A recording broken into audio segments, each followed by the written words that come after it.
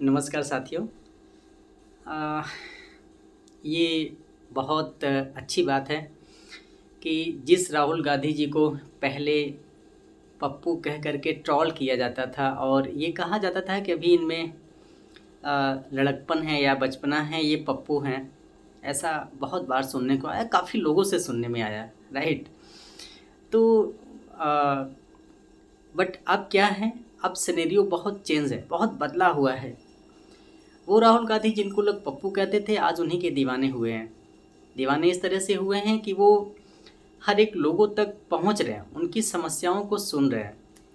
चाहे हम किसी लोकल प्लेस की बात करें या फिर अदर स्टेट की बात करें, या फिर हम ये कह लें कि कोई जो ट्राइबल पीपल्स है ना, बराबर वो लोगों से मिल रहे हैं, उनकी प्रॉब्लम को सुन रहे हैं और उनको सॉल्व करने की बहुत भरसक कोशिश भी कर रहे हैं।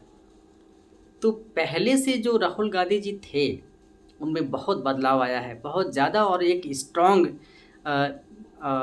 स्ट्रॉन्ग लीडर बनते जा रहे हैं, है ना?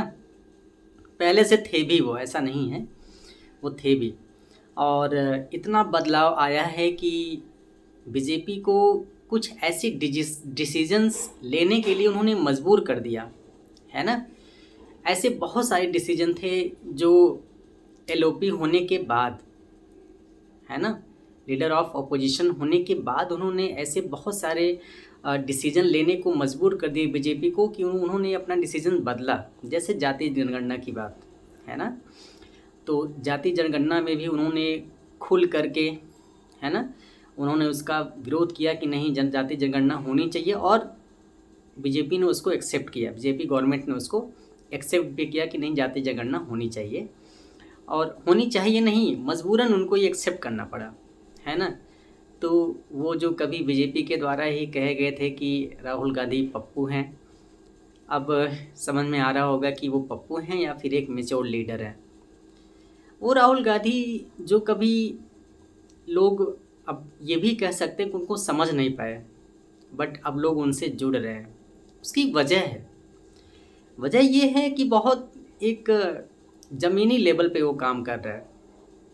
ज़मीनी लेवल का मतलब है कि वो हर एक समुदाय, हर एक कम्युनिटी के लोगों से वो मिल रहे हैं, है ना? जो वो एक बात कहते हैं, वो हर एक बात में कि कांग्रेस पार्टी एक सबको साथ लेके चलना चाह रही है, गले लगाती है। एक है ना कि एक कहते हैं कि प्यार भरा हुआ होता है लोगों में, और वो वाकई में है उनके अंदर। बहुत इनोसेंट पर्सन है, बहुत काम पर्सन है। इतनी सारी बातें उनके खिलाफ बोली गई कि वो ये हैं, राहुल गांधी ये हैं, लेकिन उन्होंने किसी का जवाब नहीं दिया। हालांकि यहाँ तक कुछ फेमस जो कवि हैं, उनके द्वारा भी उनको ट्रोल किया गया, बट उन्होंने किसी का रिस्पांस नहीं दिया। वो जब भी मिलते हैं बहुत सादगी भरे अंदाज में मिलते हैं, बहुत प्यार से मिलते हैं, बहुत अ, और बातें बहुत गंभीर करते हैं, है ना? कि उनको सोचने पे मजबूर कर देते हैं कि जो लोग कभी उनके बिल्कुल खिलाफ थे, अब वही लोग उनकी क्या करते हैं, प्रशंसा करते हैं कि नहीं, राहुल गांधी जी में बहुत बदलाव आया हुआ है, राइट? और ये बदलाव कब आया हुआ है? बदलाव तब आया जब वो लोगों से मिलना शुरू किए, है ना? लोगों से मिलना शुरू किए, उनसे उनकी प्रॉब्लम सुनी, और जो कश्मीर से कन्याकुमारी तक वो पैदल यात्रा उन्होंने चली, कवर किया, लोगों से मिले, सबसे बड़ा फैक्ट वहीं से बना, है ना? और इस टाइम वो इतने मैच्योर लीडर हो गए हैं कि आने वाले दिनों में बेशक वो प्रधानमंत्री ज़रूर बनेंगे, और उसी दिशा में काम भी कर रहे हैं।